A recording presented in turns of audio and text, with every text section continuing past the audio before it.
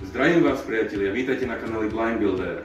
Na Facebooku mi došla veľmi pekná otázka, že ako vyzerá vlastne celý proces stavby veľkých modelov z Lega. Tak nejak takto.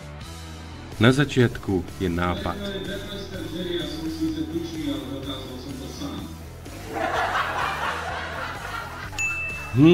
Čo keby som robil logo temnej keci z Lega? Druhým krokom je podrobné študovanie detailov.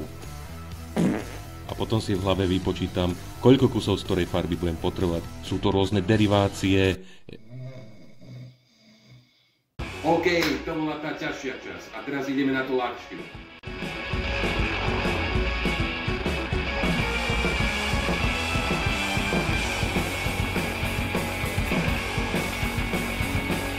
A bum! Je to hotové. Nezabudni dať like, odber, aby ti už žiadne ďalšie videá neutiekli.